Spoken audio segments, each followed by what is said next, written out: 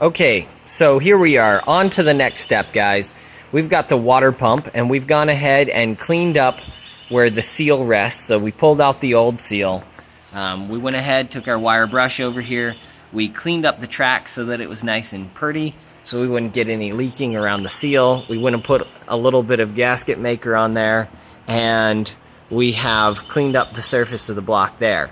So we're going to go ahead and we're going to install the weep hole down. So there's the weep hole. We're installing that down so that if something is to leak, we can see it coming out of there instead of having it face up. So that way, and it only really goes on, well, we've got it stuck on there now. I was going to pull it off and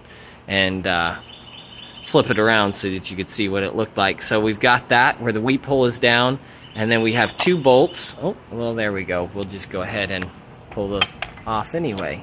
So if we take it and we flip it around, you can see that does not line up. So take it, weep hole down, and line those two bolts up. The torque spec on the two bolts here is 18 feet-pounds.